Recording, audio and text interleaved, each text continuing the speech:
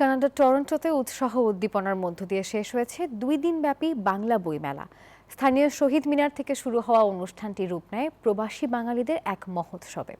নতুন প্রজন্মের কাছে বাংলা ভাষা ও সংস্কৃতি পৌঁছে দিতেই 2006 সাল থেকে প্রবাসের মাটিতে আয়োজিত হয়ে আসছে এই বইমেলা।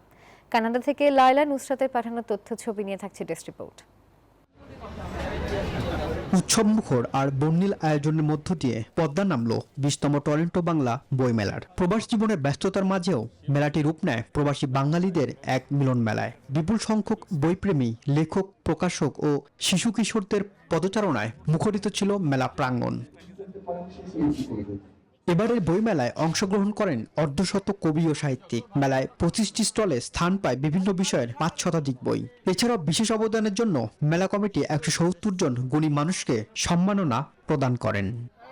একমাত্র স্মার্ট সিটি বসুন্ধরা, আধুনিকতায় এক ধাপ এগিয়ে। এদিকে বইমেলার এই উৎসবে বসেছিল নাচ, গান আর কবিতা আবৃত্তির আসর, যা আয়োজনটিকে করে তোলে আরো বেশি উৎসব মুখর।